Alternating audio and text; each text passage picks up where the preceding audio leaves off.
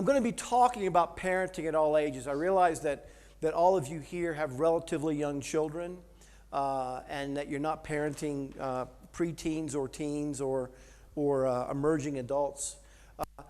But I think part of what I want to do is I want to make sure I give plenty of attention to that age group. But I think if we stand here and we talk all the time about how you're parenting in the present, next year this won't have helped you at all. And so part of what I want to do is give you a way to think about how do I parent, how do we approach parenting so that what we're doing now can be translated as our kids grow older. It's really not helpful to develop a parenting philosophy for toddlers that you have to change when they move past toddler. You want to have an underlying philosophy of parenting, an approach that can be adapted as your children grow over time and be adapted based on different children and where children are in their development and how those children work together. It's one thing to say, I want to have a really consistent discipline approach when you have one child. It's another thing to say, I want to have a really consistent discipline approach when you got 3 kids running amok in your life.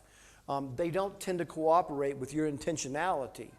And so you need to have an approach that isn't going to be something that's hard to apply. So that's the goal here. A few years ago, I was going through some old papers, and I came across a journal I had been writing. And in that journal, because I don't do much journaling because I was surprised that I had one, in that journal, I had a note that was kind of a prayer request. And it was a parenting prayer request. And I just wrote it down.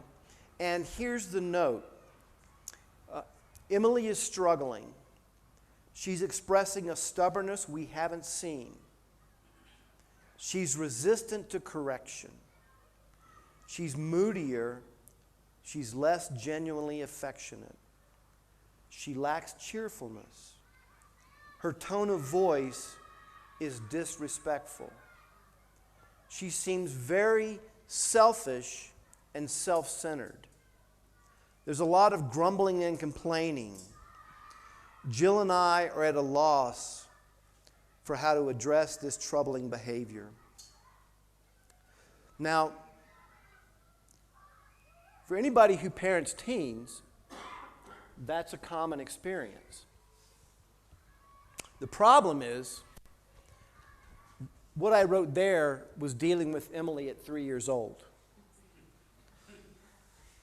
And looking back on it, it occurred to me, what were my expectations for a 3-year-old? Like, what did I think she would be if she was? This is what she was, and this is what a 3-year-old often is.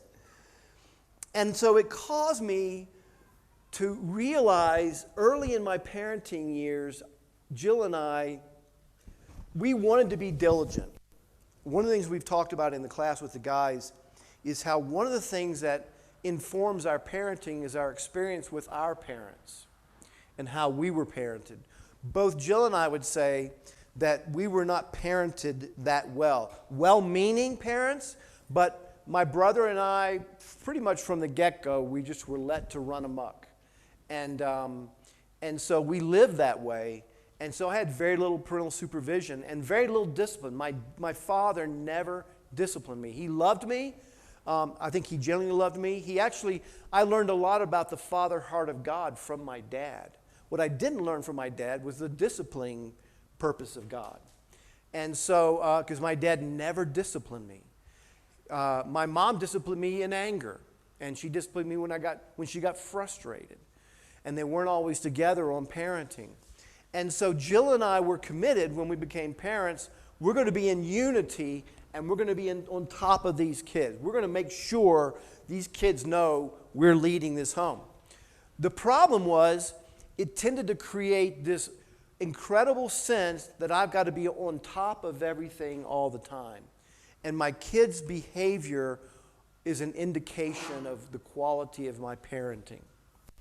And it took Ultimately, it took them getting to teenage years to realize how little control I have day to day on how my kids process life. But as I look back, I realize, yeah, I should expect this. If I really believe what the Bible says about people, I should believe these are sinners. And I should believe that I'm a sinner. And God has placed all these sinners in a confined space with a lot of time to spend together. And we're going to sin against one another. And they are going to sin against each other. And they're going to sin against me. And I'm going to sin against them. And we must have a parenting approach that recognizes that the performance of a parent or the obedience of a child is not the ultimate goal in parenting. There's far more going on than that. One of the things I've talked to the guys today, and they can fill you in on the other stuff, is the role of parents, is the role of fathers in particular. And so this is in no way to say, parents, you're just irrelevant, just trust God. No, you're very relevant. And everything I'm going to be talking about this afternoon requires your investment. I am not appealing for a lack of investment. I'm appealing for wise investment. I'm appealing for investment where what you're doing is intentional based on your consideration of God and His ways and the gospel and its impact on all of us. So that's my goal. It's to help, if I can, help your efforts to be more fruitful. Everybody here who's a parent is doing as best they can. So this is not to say you need to step up. If you hear from me today, you need to do more than you're doing, then I will have spoken wrongly. What you should hear from me is trust God with what you're doing, but learn wisdom in the doing of what you're doing so that your sense of fruitfulness in it grows and your confidence in God for it grows. So, the biggest question I'm asked with parents, no matter what the age, whether they're 2 years old or 20 years old, is how do I bring discipline to my child? People see children at various ages not being what they need to be, not doing what they need to do, and they want to know, how do I get them back in line with what is best for them? And so discipline is a big topic in churches particularly, because churches, particularly our churches, do believe in active parenting and active discipline. We are not, as I described before, we are not parents who just believe you let go and God with your kids. You just let them run. Be free, go, and trust God will do the work for you. You're invested. So, and discipline, how do you rein them in and keep them moving in the right direction is a huge issue for parents. I want to talk about that, but I want to reintroduce another way of thinking about discipline that might help you so you don't live frustrated or guilty about what you're doing or what the effect is for it. So, a man named Joe Brewster wrote a book, Promises Kept, Raising Black Boys to Succeed in School and Life. And I'm going to read this quote, and I have it in the notes, but this is a very helpful quote. He says, when we talk about discipline, we're not just talking about punishment.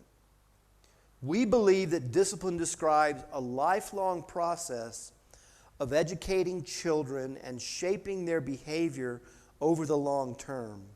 It includes loving them, keeping them out of harm's way, passing along our values, helping them organize themselves, teaching them a healthy sense of right and wrong, developing an internal sense of responsibility in them, and guiding them so that they know how to check their own behavior.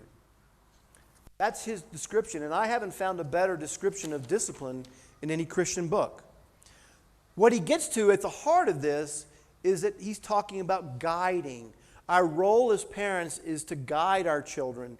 In our last session with the guys, we talked about Proverbs 22:6, train up a child in the way he should go, and in the way, and in the end he will not depart from it. I talked about ways that that particular proverb can land as a burden on parents, can land as a curse on parents at times. Or certain parents can be their sense of promise that if I work hard, this is going to result.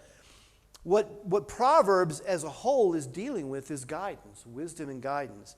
And so guidance is a good way to think about what we're doing. So even as we talk about, and we will talk about the actual punitive aspect of it, everything we're doing, we want to think is guidance.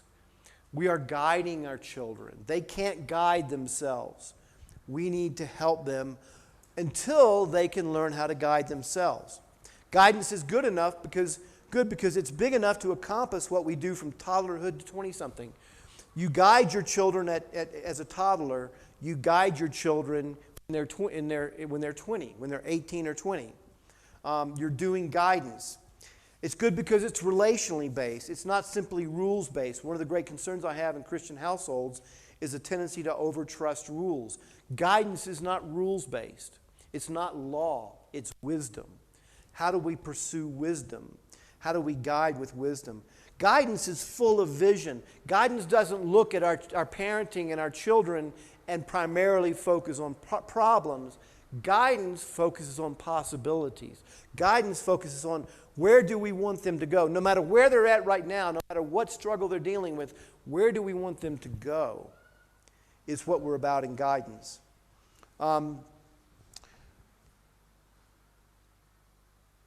It's helping little people grow into maturity. Guidance is good because it's a thoroughly biblical way to view this formational parenting that we're doing. From the outset, the book of Proverbs is a manual for parents and children in the mutual pursuit of wisdom, instruction, insight, wise dealing, righteousness, justice, equity, prudence, knowledge, learning, obtaining guidance. That's just Proverbs 1, 2 through 5. In other words, being the kind of person that people recognize as an adult. In a sense, that's what we're doing. We would like to have these people who God has put in at the very beginning of their lives emerge into adulthood in a way that people can understand this is what maturity looks like. That's what we're trying to do. So there's various kinds of guidance that we're going to talk about today. The first one I'm going to talk about is what I call relational guidance. I was at a CCF conference actually a number of years ago. This is probably in the early to mid-90s. And C.J. Mahaney was speaking there. And so there were a number of us pastors who were at the conference, and after C.J. spoke, he was kind of done. And as his tendency, what he will do is he'll say, let's go out and let's go do something else. He doesn't like to stay at conferences that long if he's not in them. So he said, let's just go out and grab coffee. So he invited me and 2 or 3 other people out to coffee during the conference. And so we went out. And I was very interested in this because, like me, CJ had 3 daughters, but older than me. And I was curious about, okay, as the father of daughters, what is your best advice for me? My kids at the time were probably in their school age, 10, 8, 6, maybe something like that. And his daughters were probably, 16, 14, 12, something like that. So they were older than us, and I was just asking him, knowing his daughters were in the teenage years, what is the most valuable advice that you can give to me as a father? And he said something that totally I wasn't expecting. He said, the most important thing you can do is to work to make sure they don't lose their relationship with their mothers. That was not what I expected. I expected a lot of advice about protection and your job to make sure that you make sure nobody gets into the home who doesn't, all those kind of things. And I think that's all true, and he would have said those. But he said the most important thing is preserve your children's relationship with their mother. And that didn't make a lot of sense to me because at the time it was pretty good. But I began to realize as the girls got older, what would happen is they would start to clash with their mom. Because their mom had been there. And their mom didn't want them to experience the angst that she experienced. So she tended to be hyper on them. And so she was very concerned what they were wearing, what they were doing, what they were communicating through in the early part of their teenage years. And she was also homeschooling, which meant she had to be, half the time she was teacher and half the time she's mother. And she didn't always, she'll say now, she didn't always change those hats easily. And so the result was that their relationships were fraying. And what was happening is they were coming to me, appealing, and they wanted to relate to me. They didn't want to relate to her. And so but it was CJ's words that stuck in my mind. And I said, this cannot be. I cannot have my children reject their mother, who is meant to be their primary influence. My girls, different story for boys. Primary influence for them, primary person to deal with the things they're dealing with, to come to me and depend on me. I have a role to play, but my job in this family is to support the relationship they have with their mother. So one of the things I was doing at times is I would walk into a situation where they were at odds, and rather than just taking Jill's side and relating to like, well, this is just your disobedience, I would come and I would walk them both through reconciliation. Okay, what are you doing? You're not listening to your mom. Jill, you're not listening to your... How do we do this better? What am I trying to do? I'm preserving relationship. We cannot guide if we don't have relationship. We can direct, we can order, we can compel, but we cannot guide. Relationship is crucial. Fathers in the home, one of our responsibilities is to discern the way relationships are playing out. Between children, between the mother and parent, be willing to be evaluated for how you are relating to a child. Maybe you have a young child who right now is particularly difficult. If one parent seems to be more struggling with patience, that shouldn't be just welcomed. No, we need to help each other because we don't want relationship to break down. In the long run, the goal is relationship. I'm going to say this again, but the goal of parenting, in its basic sense, since we cannot save our children, the goal of parenting is to gradually move from authority-based parenting to influence-based parenting. That's our goal. We have to be authoritative when they're young. There has to be somebody in charge. There has to be somebody who deals with situations and the foolishness of children.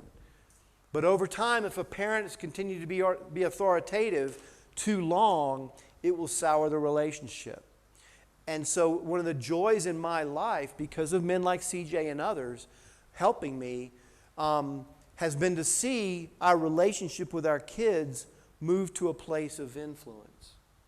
I don't need to step into my children's lives as adults and give direction or even give advice. They seek me out.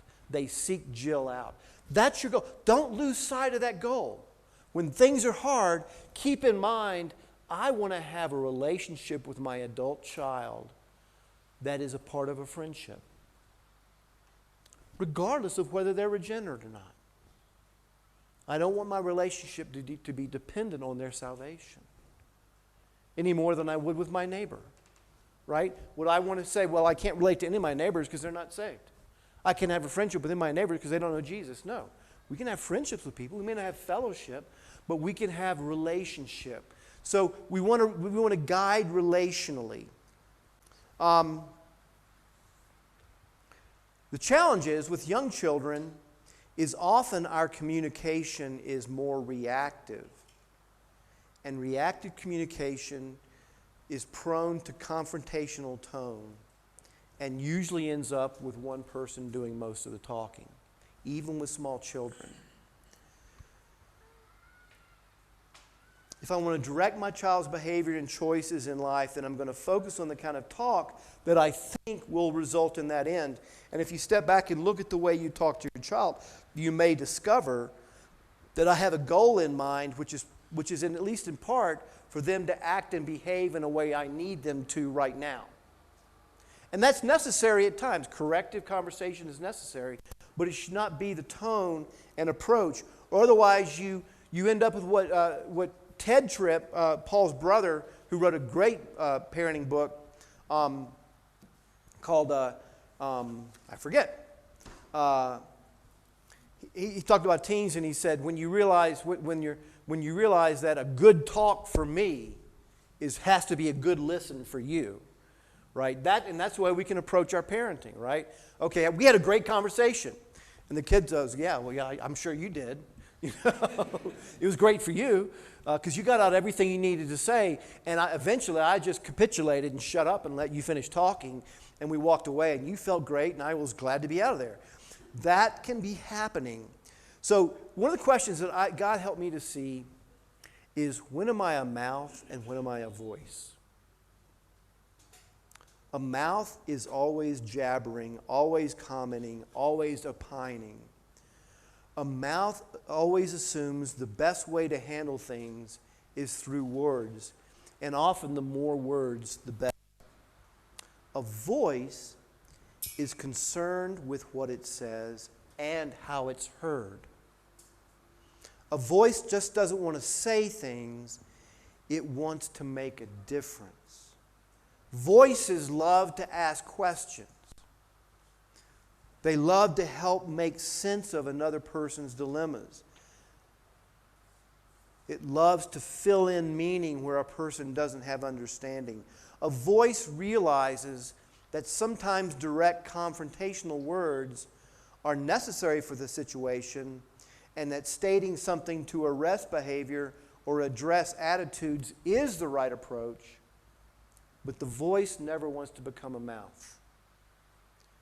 Children eventually filter out mouths. They open up to voices. So let's be a voice. So, if you're saying, how do we become a voice in our children's lives from the get-go? I'm going to offer you some priorities. These are not like, here's the way you have to do it.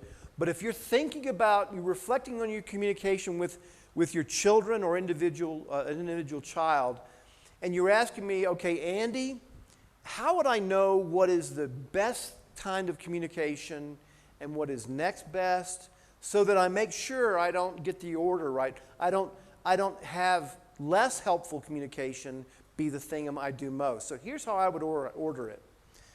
I'd put as priority number one what I call child-initiated communication.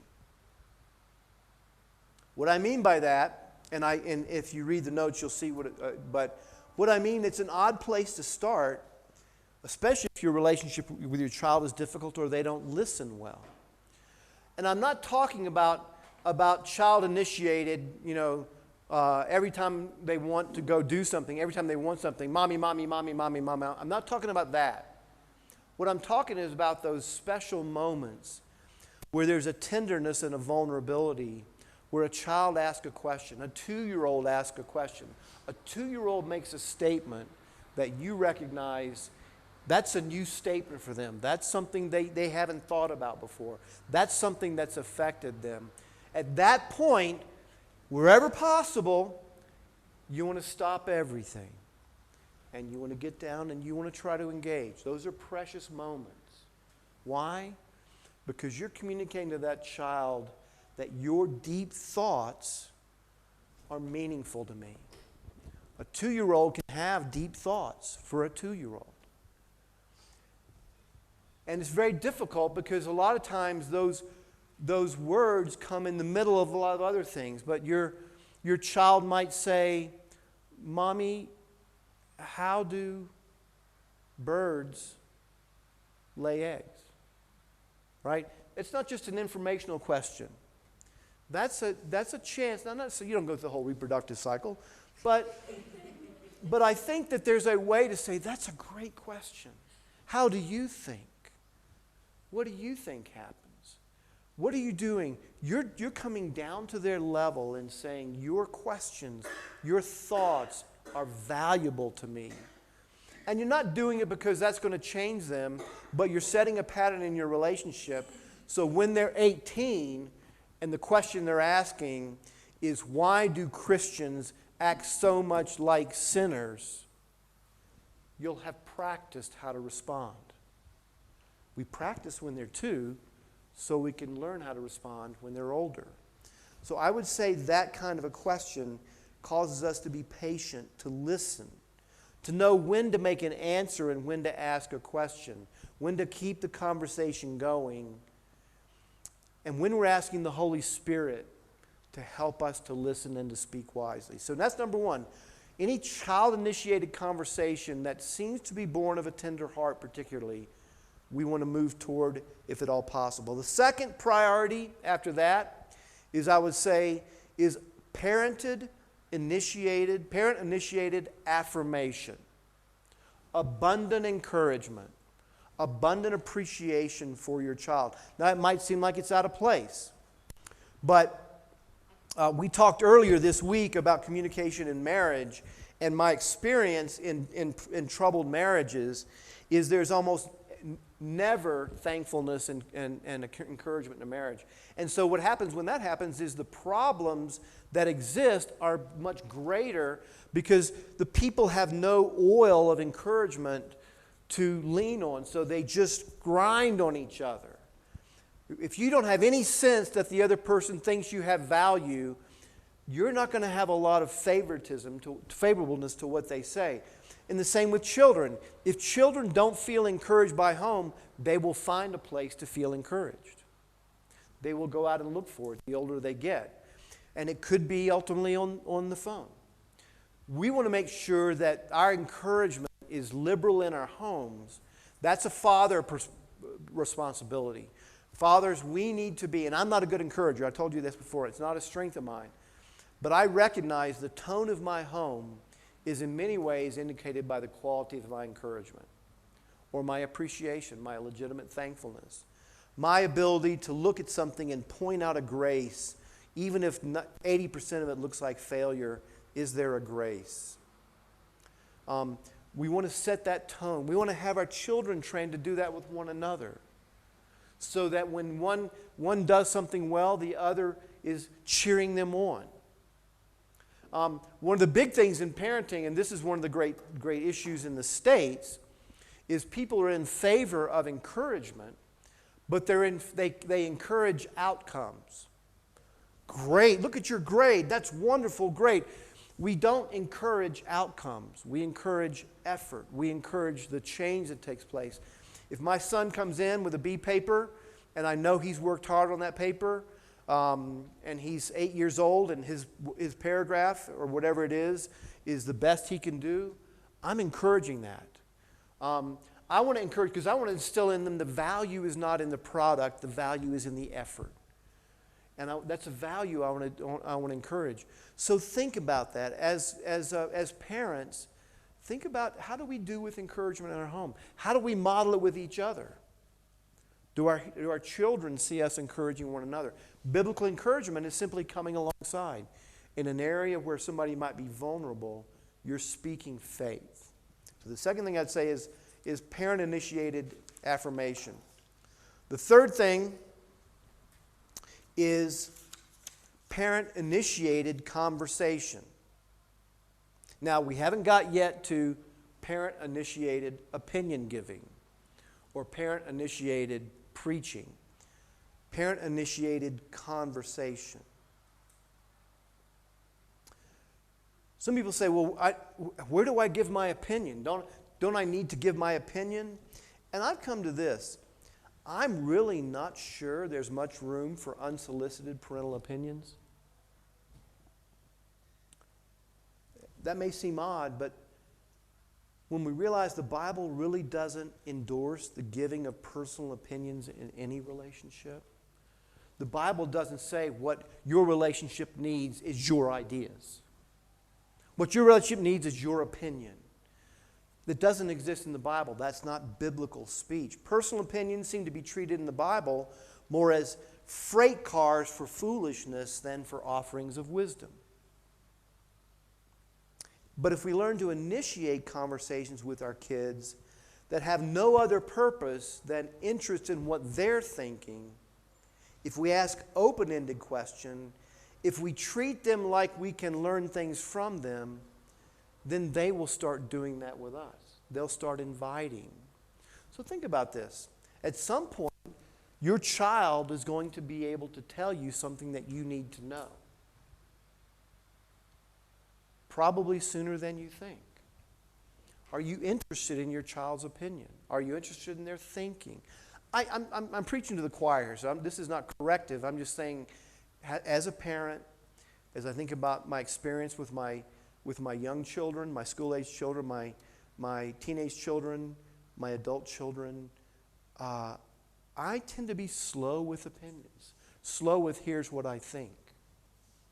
With my preschool children, it tended to look a lot like, so what do you think you should do? So what do you think is the right thing? Why do you think that's the right thing? I'm guiding the whole time. I have a direction, but I don't want to just push them there or paste that on them. I want them to discover it through their own thinking. So, parent-initiated conversation, which also results in wonderful times where you just enjoy that other person as a person. What a wonderful experience when you can enjoy a 4-year-old as a 4-year-old. Number 4, parent-initiated instruction. That doesn't mean lecture. Our instruction is meant to help our kids mature into a world that wants them to fit molds and make choices that are soul-degrading and are self-inflating mockeries of what matters in life. We need to counter foolishness with wisdom. Whether we are giving practical advice on how to manage a budget if they're older kids, or respond to unkindness if they're younger kids, we want to instruct our children to learn how to exist in this life with a larger view of what really matters. So our instruction is not primarily behavioral. Do this, don't do this. There's a place for that, particularly in skill things. You know what? I love what you're trying to do, but I think if you do it this way, it might be better. That's totally acceptable instruction. But the kind of instruction that really has value to children is the kind of instruction that engages them in thinking, what is the right way to live? What is the best way to go? And that allows you then to point out where this is the place where instruction in Proverbs is highlighted in parents, but it's instruction to how to, you want your child to understand foolishness and folly versus wisdom. The way I think the Bible would describe, the Proverbs would describe all of our children is simple. Our children are simple. In other words, they stand at the crossroads of wisdom and foolishness and could go either direction. And we're trying to help them see the value of choosing the path of wisdom, not foolishness. And then finally, parent-initiated correction. Yes, we do need to correct. But because it's done relationally, correction is essential to the call of parenting. I'm concerned equally with parents withholding correction that needs to be brought, but I am when it seems to be brought the wrong way.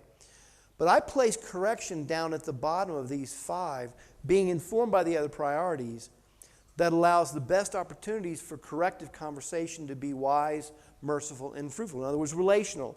If you're building in these other areas, and again, don't use my priorities as the way you have to do it. They're just a way to categorize different conversations. But if you're having good, full relational connection with your children, then correction is an extension of that, not something totally different than the way you've been relating to them. So, relationship, one of the things I noticed with small children, and I'm addressing the men mostly because our time can often be limited with our children, is the importance of understanding them on their level. I had a really interesting experience when my kids were very small, and I wasn't a pastor. And so I would go to work, and then I would come home, and we lived in a small house that really didn't have much of a yard, but it was connected to a house that had a tiny yard. And because my kids were small, they could play in both of those as if it was their yard. There was no divider. And so they would often be out back in playing in the yard. And so I went there. I came home one day, long day, tired, in a tie. I had to wear a tie. And they were playing this game, and they were pirate fishermen or something like that, right? There's some kind of combination of, well, we're pirates, but we have to fish. And they had these sticks, and they were fishing, but they thought they were pirates. And so my Melissa, my middle daughter, who I think at the time was 3, said, "Dad, come fish with me." And I was like, "Really? Really? You know, can I at least change my clothes?" And again, it's one of those places, and you'll start to appreciate this as parents, where the Lord intervenes, not correcting you, but gently speaking and say, "Take this moment. Take this moment." And I felt like the Lord said, "Take this moment." And so I actually have a picture on maybe after the break I'll show you the picture because my wife took the picture. But where I just said, "Okay, I'm all in. I'm all in on this," right? Okay? And I sat down at the tree where she was, and we just started fishing. And it was an amazing experience for me because I really felt like I was fishing. This is real. And I discovered what God was showing me that helped me so much in my parenting is my young children live in a 3-foot-tall world where things that are unbelievable to me are totally believable to them, where they can create worlds and people and animals that cannot be seen by anybody else. And if I can get down into that world and let them inform my imagination, it changes me. I live in that world for 15, 20 minutes. I get up into my world and I think, I much prefer that world. You know, I'll be back. I'm coming back. Right? And then so you start looking for opportunities to be in their world. What we can't do as parents, there are times, you know, moms, you're making dinner and your kids are doing something and you can't do both, and I get that. And there are times you're just overseeing, and I get that. And there are times it's best for kids to play together. I'm not in favor of a child who can't play without a parent involved. I think they need to be helped through that. But there are times, and let the Lord direct you to say, you know what? There's nothing in this world than more important that's going on in your world. And right now, I am in your world, and you are my guide. Let them guide you in their world. Because most of the time, you're guiding them in yours. And your world is equally mystifying as their world is. So it's just a way to create relationship. And my daughter will reference that even now. "Dad, remember that time when you fished with me?" She's 34 years old.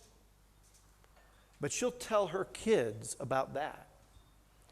And because those things stick with your kids as well. So that's relational guidance. There's also corrective guidance. Like I said, my dad was not very good at corrective guidance. The result was, in my high school years and into college, I was in a very sinful life, and I affected a lot of people in negative ways. I have friends who died, friends who are in prison because of the way we lived our lives. But it's every parent's fear. I don't want my children to be that. We want to do all we can to protect our kids and protect ourselves from the trials and disappointments of our children's folly. But there's a tension in how much we can control in our lives for their safety and effect on others. We live in the illusion that we can prevent things from happening by the result of our parenting. Parents go a lot of different directions. Some so exasperate their children that they pretty much let everything go. A lot of people who are not disciplining, it's not because they don't care about their children, but because they're in fear that if they do anything that their child perceives as negative, it's going to push them away. That's most people.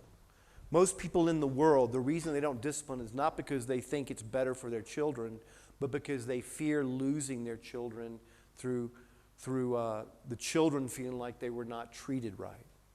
And frankly, at least in the West, in the United States, that's a lot of the way parents are counseled. Don't do it. You can't afford to have your child alienated. Others depend inordinately on their ability to control their kids because they're smarter and they're bigger, and they place great confidence on their personal authority. Neither of those tendencies have proved to be workable as children mature. You see, if you count on the fact that you can discipline because you are smart, because you are bigger, or because you can approach things with an authority, that will run out at some point in your life. It will not work. I see parents all the time treating 18-year-olds like they're 8-year-olds, and they're being mocked by their children because they've always placed stock in the fact that they can outsmart their kids, but they can't. As a parent, you have 1,000 things on your mind. As a teenager, you have one thing on your mind: not be parented.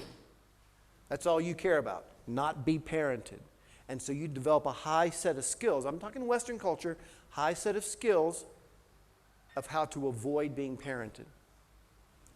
You will never catch up to your kids that way.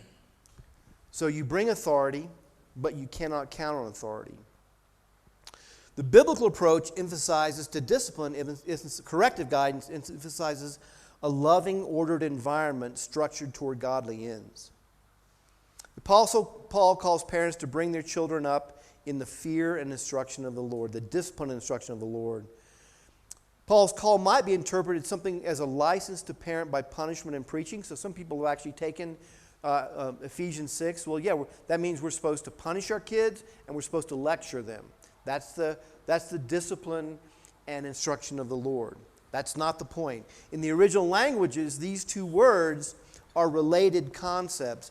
Discipline has the idea of using structure and methods to produce qualities in a person befitting who they're supposed to come. So when we think about discipline, we think about the structures. We think about how do we create guiding mechanisms for our children.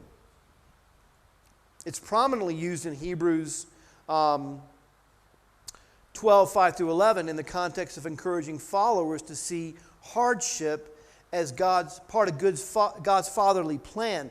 God has structured trial in your life as discipline to help you follow Him. He is not punishing you. Every trial He brings into our life is a structured trial for our good. It's not a random trial. It's not out of a control trial. It's not a tsunami. It is a carefully constructed trial, uniquely set for our context. That's what discipline is. We are looking at each child and we're saying, what do they need, and how can I best structure the way I relate to them for that need? Instruction is the use of words to set out the standards for the child and the reasoning for those standards and the explanation for why correction is needed when it comes. It can also include warnings where a parent paints a picture of long-term consequences if a child does not respond to the discipline. Instruction isn't reactive, it's thoughtful. We discipline and instruct with sobriety, patience, and grace, all with the goal of helping our children see and desire the path that God has laid out for them. I mentioned to the guys at the first session, and you can interact with them over it, that train up a child in the way he should go. That way is not the way I want my child to go, and that way is not the way they want to go. That way is the way God wants them to go. I don't always know the way God wants them to go. As a parent, God may not expose me to his plan for that child.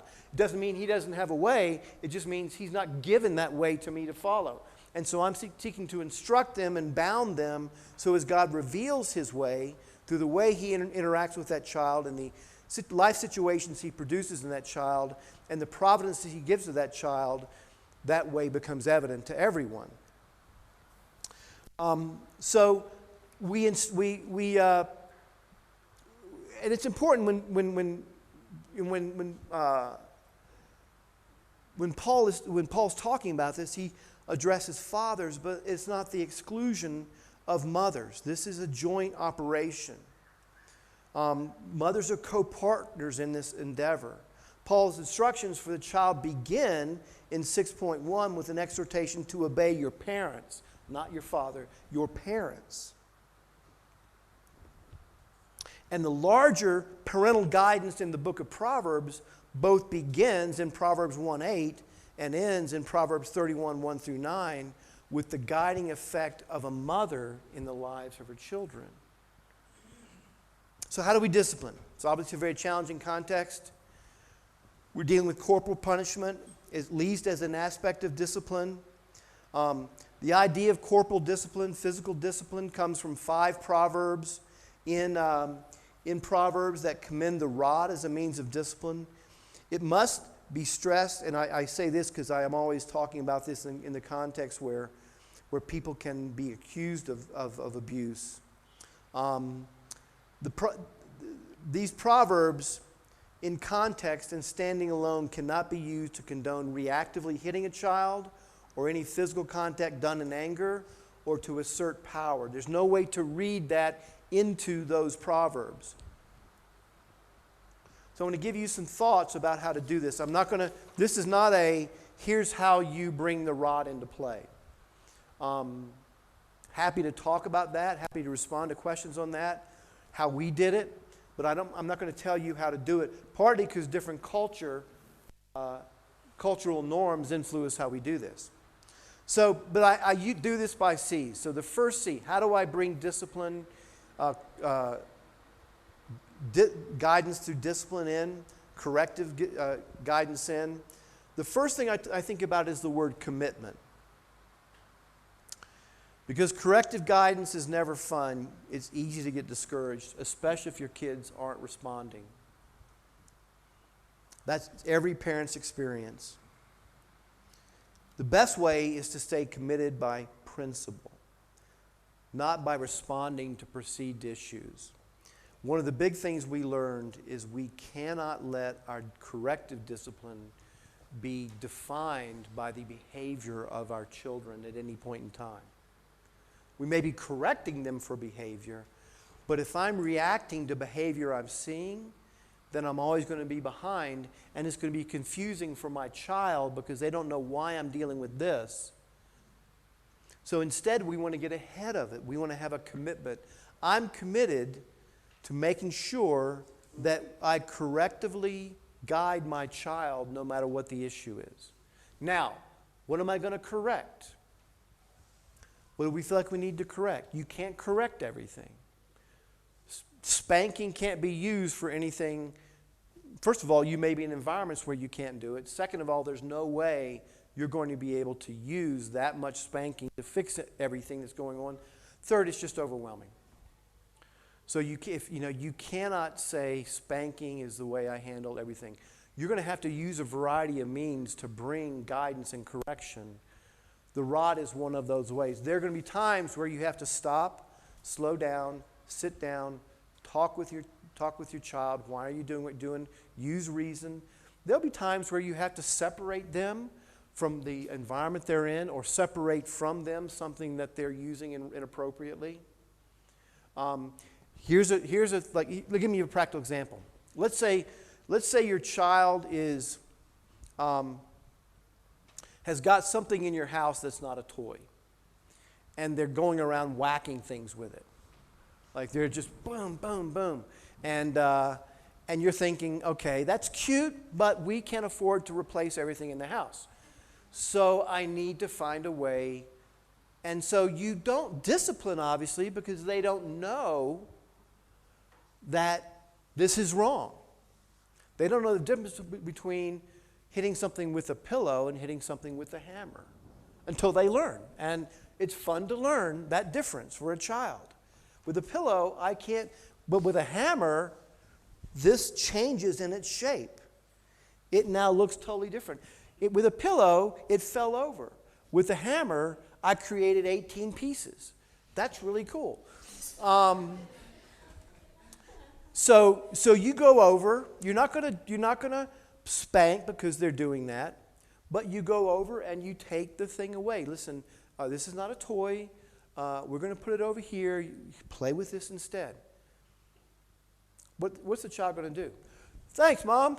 I really thought I was using it for the right purpose. Thank you for letting me see that there are other purposes for things. No. They're going to scream. Wah! I want. And, and people try to say, well, use this instead. I don't want that. I want that. Right? Do you discipline for that? I wouldn't. Because that child doesn't know at that point. They haven't been instructed that when I take something from you, it's for your good. And I'll tell you to give it to me first so that you can give it to me. But if you don't give it to me and I feel it's important or dangerous and I have to remove it from you and you respond with a bad attitude, then we're going to need to spank. Then you can spank. But if they just have an attitude, let it blow over. Let it blow over. You haven't created the context where they understand your discipline. See, if you do it that way, if you just respond to a general bad attitude on something that they wouldn't know doesn't belong to them, then all you're doing is you're managing bad attitudes. Now, you might find that your child seems to have a bad attitude on everything, and then you might say, you know what? We're going to work on something. It seems like you are very okay with having a bad attitude whenever you want. I understand that sometimes days are hard and things aren't going your way. I have those days too. And I have bad attitudes. I am very good at hiding them from most people. You may not know I have a bad attitude, but sometimes you may know because I may seem angry to you. But bad attitudes don't help us. Bad attitudes don't lead to good things. Bad attitudes reveal that our hearts want things and we're not getting them, so we start to fight for them. We need to work on your attitude because I think, and I wouldn't necessarily say this all to a 2-year-old or a 3-year-old, but as we're interacting, you can hear the course of my dialogue. There is reasoning outside of the bad attitude. And so what would result in say, okay, so for what we're going to start doing is you might have a struggling attitude, but I want to help you control it. So, but if you don't respond to my help, in other words, you transgress something, then we're going to let you know how you transgress by the fact that we're going to discipline. So I'm not disciplining for an attitude. I'm disciplining for a transgression of a clear instruction. That's the key point. If there hasn't been clear instruction, our discipline is going to have minimal effects. It's going to be confusing to a child. So we need to be committed. We need to be consistent. When we do that, the second one is consistent. We need to recognize we don't want to set up a discipline approach that we can't be consistent in. Every time you do this, I'm going to do this. Well, okay, you're walking down the street, you can't do it. Okay, then you haven't done it. Now you've told the child you're going to do something. Now they may not be aware enough to comprehend that you haven't lived up to your own obligation, but over time, if that's a pattern, your children start to disregard your words. You need them to know your words are serious. And so it's it's very important that you, whatever you're doing, you think, I can do this consistently. This was one I can do consistently. So it can't be too onerous on you. You can't set the bar too high for you, or you're going to struggle being consistent. A third thing is you want to be compassionate. I'll tell you a story about all my kids. All of my kids, 4 of them, at a certain point in their lives, would squirrel food, right? They want, and all individually at different points in time, but they all did this. You would be at dinner, and they'd have a little bit on their plate. We don't fill their plate. A little bit on their plate, and they wouldn't eat. And so, you'd say, okay, you need to take a bite, and they wouldn't take a bite. And they just, I think I know what it is. Because we were pretty tight on their attitudes, this was the way they could rebel, that we couldn't stop, right? But so we'd put something in their mouth. Okay, you need to eat this, and and they'll put it. And then each one of them, literally each one of them at certain points, they wouldn't swallow. And so their mouth would just get full of food. And we would say, okay, swallow your food. And they would, and they, and we're like, okay, this isn't healthy. And so, but I realized I have to be really careful here, because if I start forcing a child to swallow something, it's not good, folks. That's not good. I could go to jail for that. What am I going to do? We have to deal with this. And you would have a child who would sit there streaming tears and snot coming out of their nose with their mouth full, as their siblings are saying, please swallow, the whole family, please, I can't, and they would all do it. Not all, thank God, not all at once. It wasn't a total rebellion.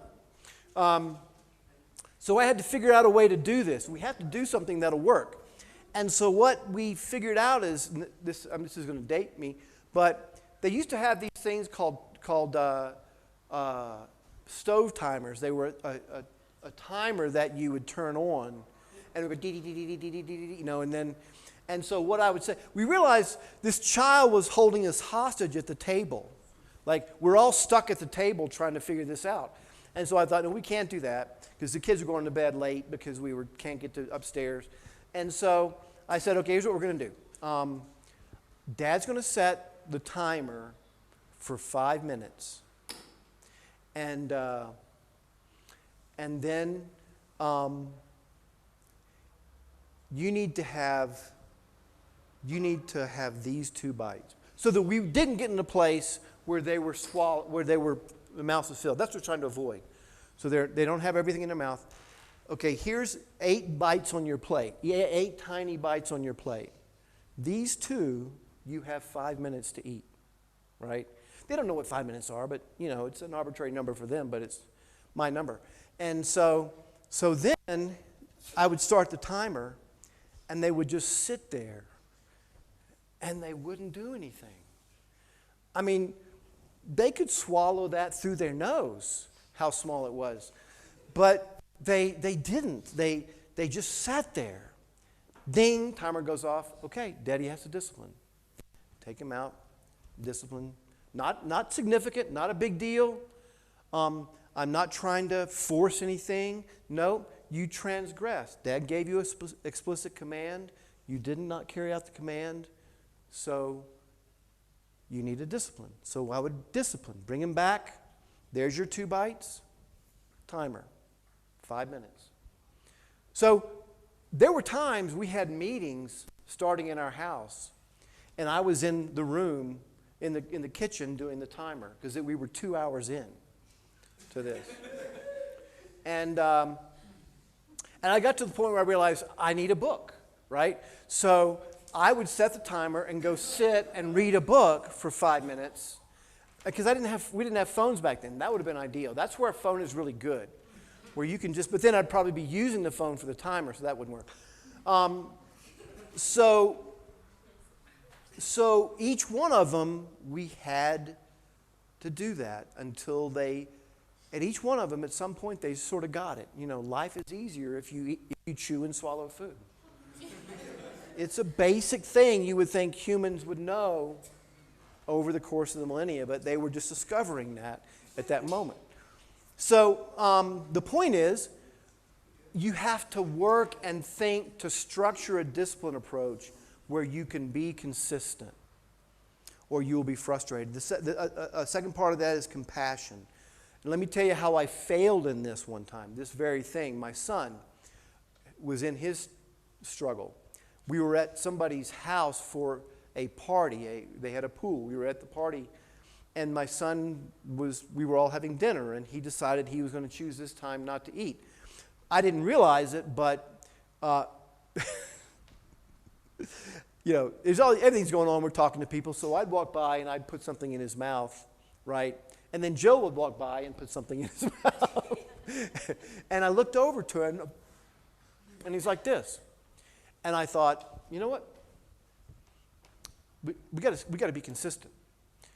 And so, literally in the middle of the party, I've got him in a chair, and I'm doing this routine in the middle of a party. Now, that's weird. That's weird to me now. It should have been weird to me then. What was happening? I was so focused on doing it right that I lacked compassion. I realized I've got to have a way to recognize consistency is a goal, but it cannot be the law. And so, and as I reflected on it, I realized, what was I doing?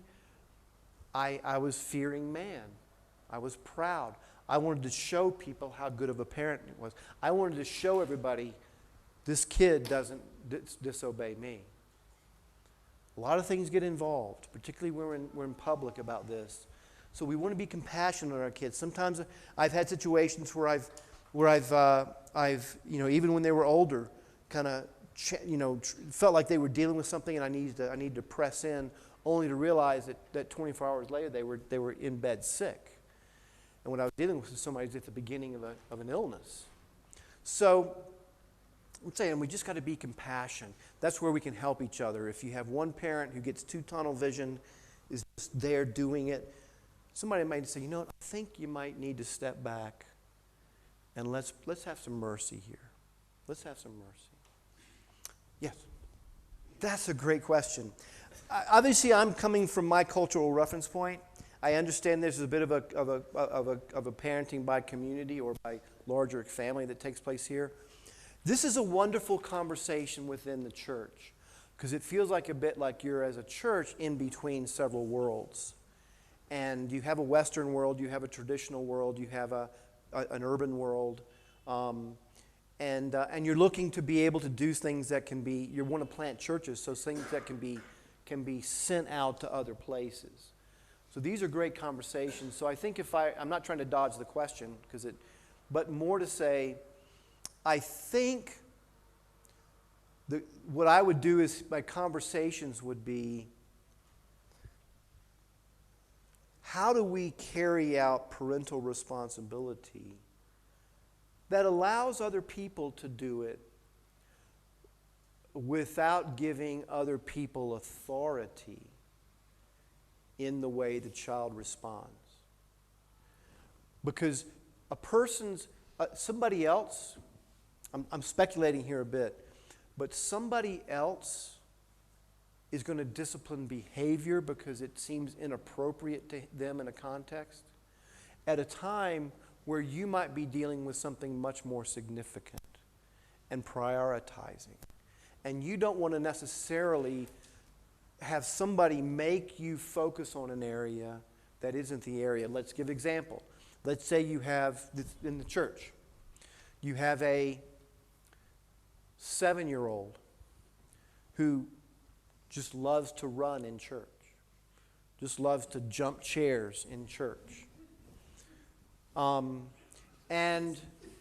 will just barge into people. Maybe he's hit some people and coffee is spilled at times, right? The church is going to have opinions. Write that, you know? But maybe at home, he's lying. I would much be more concerned about the lying than I would be about running around in church. Not that running around church is good. But if I'm going to invest my priority of discipline, it's going to be to deal with lying. Because if we tolerate lying, or if we allow a child to use lying, now I'm not talking about, where we know that child. I had one of my daughters, 8 years old, discovered lying. All of our children discovered lying as a tool. It's like it's laying around their life somewhere, and they said, well, let me try not telling the truth. See how that goes. And it works because you don't think they're lying, right? And they say, well, I don't know, when they do know. And so I had a daughter who really bought into the lying tactic to the point where we would present her the evidence that she had lied, and she would deny it. And we realized there's something there that if we don't get underneath that for why she's lying and what she's doing. And the problem with lying, it's very difficult to discipline because you're never quite sure what is true and what is not. Or was it a lie, or did I misunderstand, or was it a lie and they didn't understand? So it's a very difficult thing. So sometimes when it's serious things like that, you need to elevate that to the place where other things that might be important I can't focus on. So the thing I can see is when you have children, and guess what? This is what happens with teens in the church. You've got teens who are huddled over somewhere, and you know they're up to no good. And other parents are saying, go get, I don't want your teens. And the self-righteousness that comes out of parents of teens in the church. So you have a wonderful, challenging opportunity to decide where does the community influence end and where is parental responsibility and right to set its own agenda begin. I don't know. But I think somewhere in there is the conversation. Does that make sense? I'm kind of talking off the top of my head. Continue on. Compassion. Confession. I'll just say simply this. When you're disciplining a child, it is very helpful if you don't tell them what they did wrong. That you ask them if they know what they did wrong. Because it could be that they haven't heard clearly your instruction. It could be you've been confusing in what you say. So what we tried to do was, in the middle of a time we're disciplining, is ask, why do you think we're here? What do you think we're doing? What did you do? Why do you think that's wrong? And we'd take the time to make sure there is clarity for what we were doing, as opposed to saying, Daddy said you shouldn't do this and you did this. It's going to be much more powerful in a training approach if the child says, Daddy told me to do this and I didn't do this. That's going to be much more powerful. That's internalizing instruction. Us imposing instruction doesn't necessarily get in. So we want to have them confess, and we want to help them confess in a sense biblically. So that was disobedient, right? So you use words, you help them start grappling with biblical confession. And then there are consequences. There need to be consequences. Here's what I would say about corporal punishment and the value in it for me. Corporal punishment gives you several things that are valuable for you and your child. First of all, it gives you a clean, clear consequence. It's a moment in time this happened. People who don't want to use corporal punishment will try things like timeout. I have seen parents give it. You guys know what a timeout is? Okay. Give a timeout, and that kid loves timeouts, right? He's like, great. I got an imagination, I'm a pirate with a fishing over here. And you're like, I don't think this is working. right? Or they take away privileges. Well, you can't have this. Well, there's only so many privileges you take away before a kid sits in the middle of the room by himself with nothing to do. So there's a point where you can use those kinds of things, and I think it's good to use a variety of means, but there's something about a transgression followed by a confession, followed by an immediate consequence, followed by prayer, forgiveness, and release that can take 10 minutes and set a child free, as opposed to a parent who is frustrated and keeps having to, and because they want to change something. There's a clarity and cleanness about this that can really, and it prepares people for the way God disciplines us. When God disciplines, we know it. And so I think that we have to be aware that it's not about the spank, it's not about the pain. The pain is a form of consequence. The more significant benefit is in the short duration and the clarity of resolution. Once this has happened and I forgive you, I will not relate to you as if you have sinned, and you don't need to relate as if you've sinned. And that's a powerful message. That's how I would approach that. And then closure. We've already talked about that. There needs to be closure. At the end, I talked about couples and conflict, and how one of the things that needs to happen, even in reconciliation, is there needs to be affection. Couples need to be affectionate. The same with children. If you release a child from a correction, but there hasn't been affection, I think you've left the child vulnerable to wondering how you think about them. And so there should be forgiveness. There should be release. There should be celebration that they have responded, and there should be affection. I love you. I'm grateful to God for you. We all sin. I'm grateful that God disciplines me. I want you to know that I love you now just as much as I did if you never did this. What you do doesn't affect how I love you. If those things aren't coming out, then your child's going to become performance-driven, not affection-driven. So then, that's basically it. I'll just reiterate, the whole point here is a move through authoritative parenting into influence-based parenting. And that's kind of the goal. So, yeah. Yes, that's a great question. Again, the emphasis is on unity. Parents need to be unified in how they're going to do it. And the discipline should never be, one thing you should never do if you're doing physical discipline is discipline to the point where I'm looking for a child's response to pain. No, don't do that.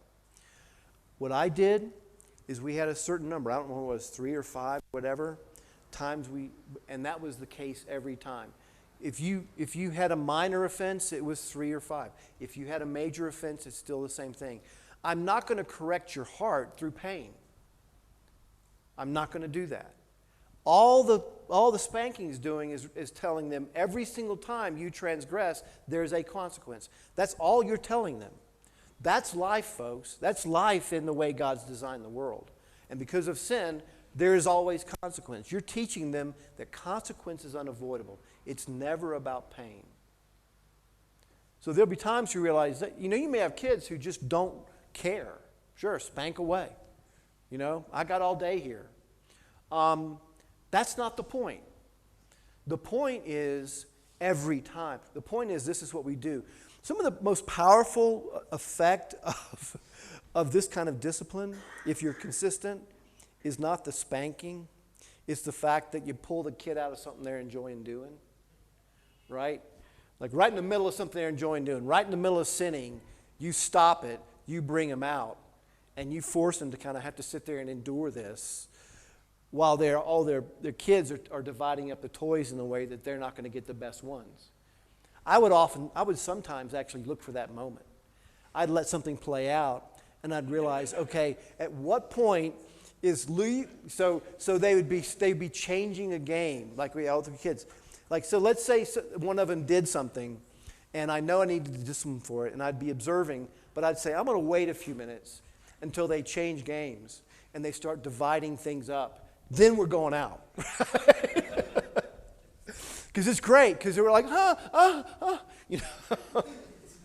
And then they come back and they say, well, they took all the good things. Well, if you hadn't sinned, that wouldn't be the case.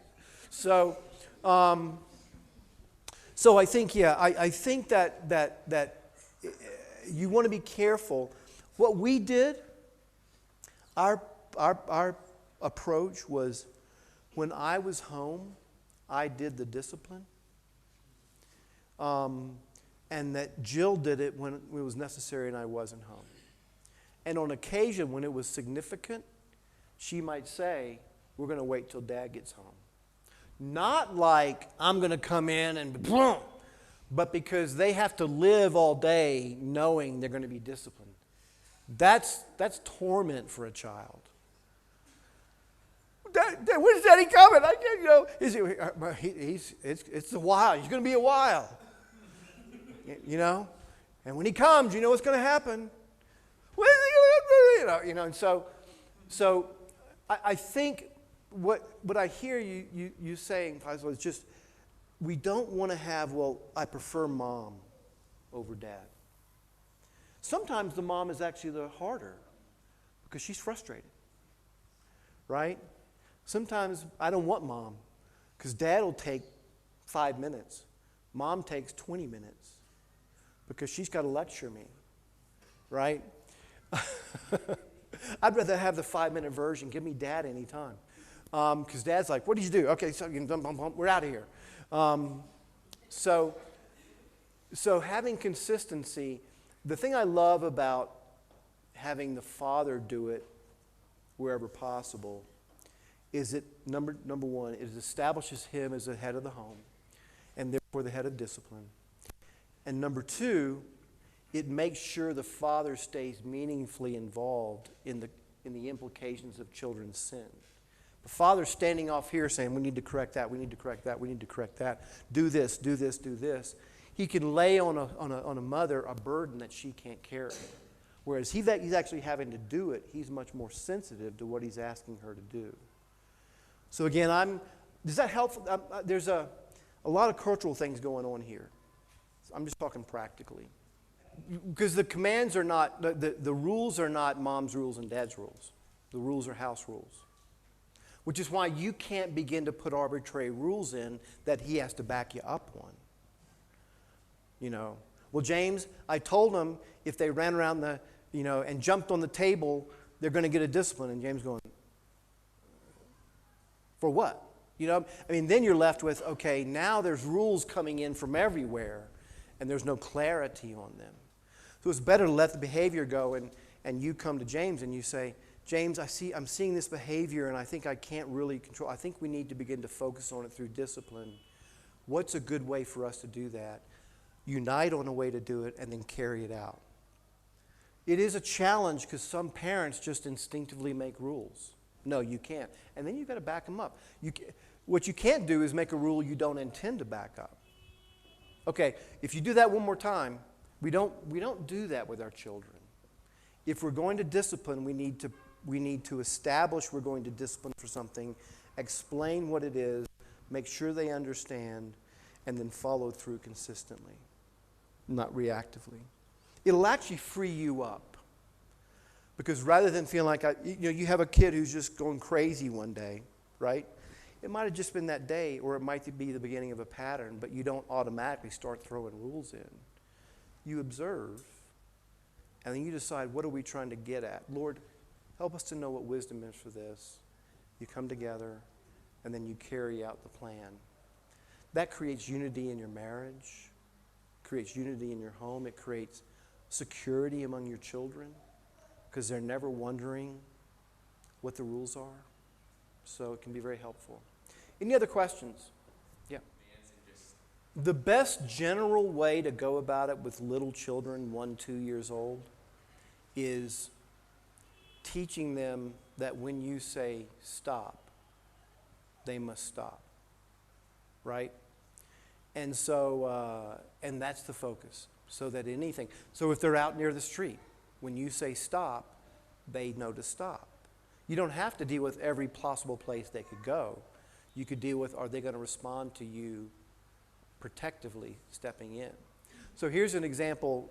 I did this with all my kids. I actually had a lot of fun with this one.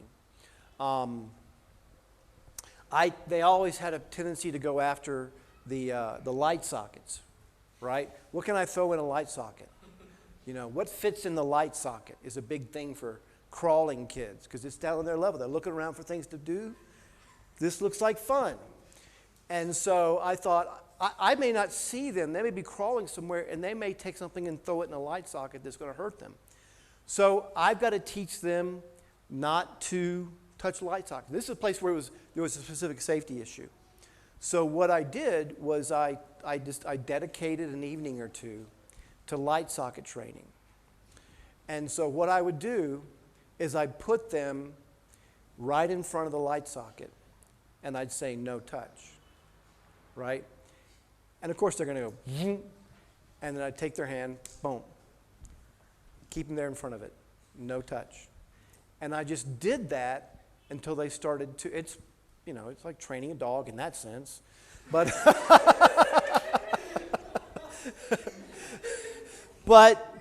but for what I needed safety. I didn't need her reasoning the rights and wrong of light switches. And the other thing we trained them is when Dad says stop, when Mom says stop, you stop. And if they didn't, I live on a street. Obviously, most people do, and so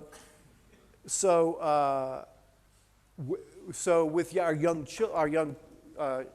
kids, grandkids, all their parents are teaching them stop, and so they'll be out there, and the older kids will be playing out in the street because it's a cul-de-sac. There's not a lot of traffic, but there is traffic that comes through. The younger kids run out there, and the parents stop, and that child stop. Sometimes then you walk up and you lead them out. So it's not punitive, but that's what I would do. Stop is a huge early development skill. The ability to hear the word stop and respond. And I would discipline if they didn't. So that's how I would handle it rather than all the things.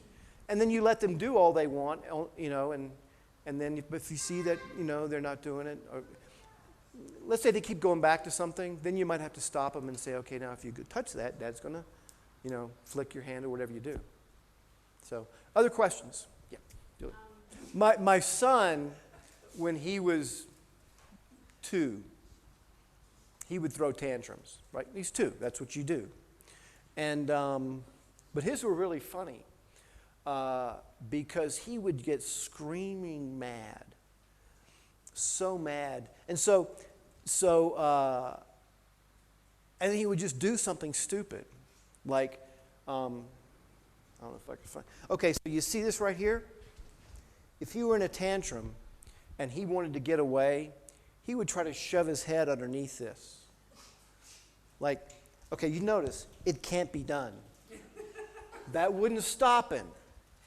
Boom, boom, boom. His head underneath there. Like I'm trying to watch and make sure he didn't hurt himself, but I'm like, I'm going to capture a mental image of this, and I'm going to talk about it at his wedding. And I still talk about it. Yeah, you're the one who stuck his head under the table. But the point is, they're just kids, and they're going to do stupid things. And I don't know if I would, probably one of the best things we can do after we've disciplined, discipline doesn't change a heart, right? Discipline is just a consequence. And so what I might do is, we've done this before, if my child has got a consistent bad attitude afterwards, I might say, now, we're working on 2 things. You need to obey here. But if you don't respond well to the discipline, then I'll have to spank again. Right? I probably wouldn't do that more than 2 or 3 times before I just say, I want you to stop and I want you to think about whether this is wise. Is this helpful? And I'd let them go. Because part of the reason they're doing that is toward you, right?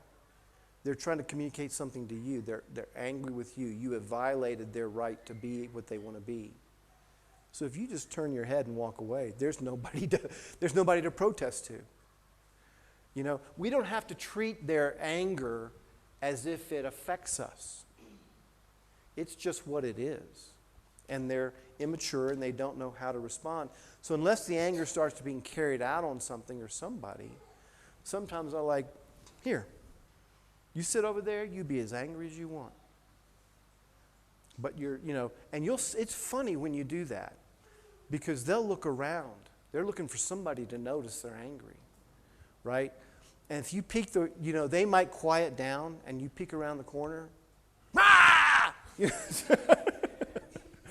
When the audience comes back, they get back into, that's very common. I don't know about your particular, son, but I think I would be very aware that I don't need to change the heart.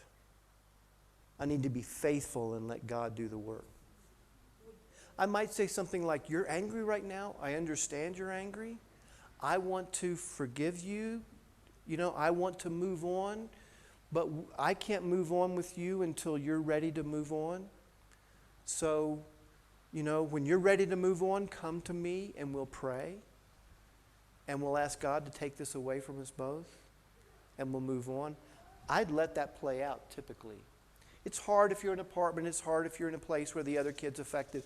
I get all that. Sometimes you realize, that's where you realize there isn't anything I can do to make the situation go away. I just want to be faithful so that I'm in control of what happens in this situation. I can't change it, but I can control me. And I don't want to become exasperated. I want to stay on top of the situation.